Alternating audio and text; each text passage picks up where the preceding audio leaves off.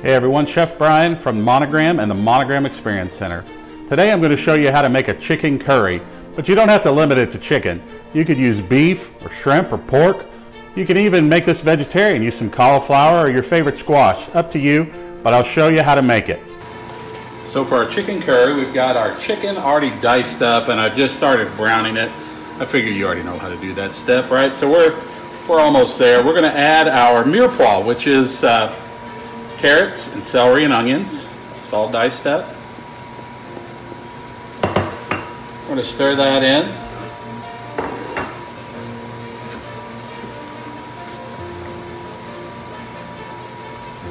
We're just going to let that cook down for a minute or two. Alright, so our chicken and mirepoix are almost there. We're going to add our chopped garlic. Now we're going to go in with our spices. Now the recipe, it tells you can blend all these together. I've just kind of laid them all out here just because I think they look nice. But we're going to add those to our chicken and our mirepoix.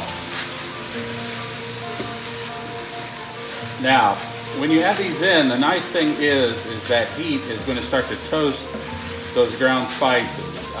It smells amazing, but it also brings out the flavor of those ground spices. So you want to just let those toast for, a minute. I'm on high heat right now. We don't want to burn them. They are easy to burn. But if you look in the bottom of the pan, we have all that stuff that's building up on the bottom. See that in the corner right there? That's called fond. We want to lift it off. That's good flavor. So you can lift it off with all sorts of things, but any liquid will do. We're going to use just some chicken stock. We're going to add some in. And we just want to rub around on the bottom of that pan all over to lift all that good stuff up. That's good flavor. We want that in our dish, not stuck to the pan. The other nice thing is we lift all that off the bottom and it's not stuck on the bottom burning, so we make that pan a whole lot easier to clean. Let this simmer down for another minute or so and then we'll keep on going.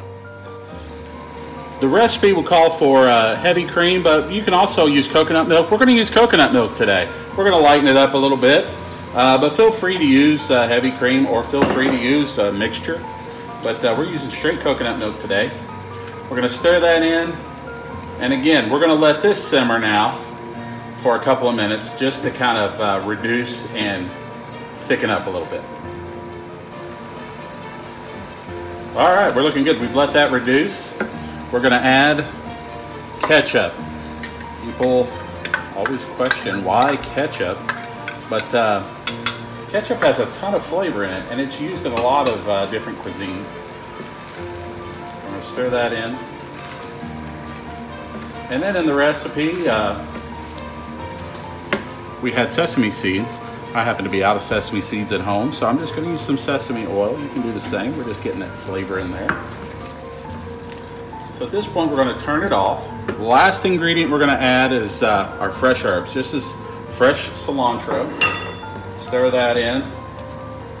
Give it a taste. Adjust your salt and pepper. And that's it, guys. Serve that over a bowl of rice or with some fresh naan out of the oven. And you're going to be very, very happy. Give this dish a try. Very easy. Thanks for watching.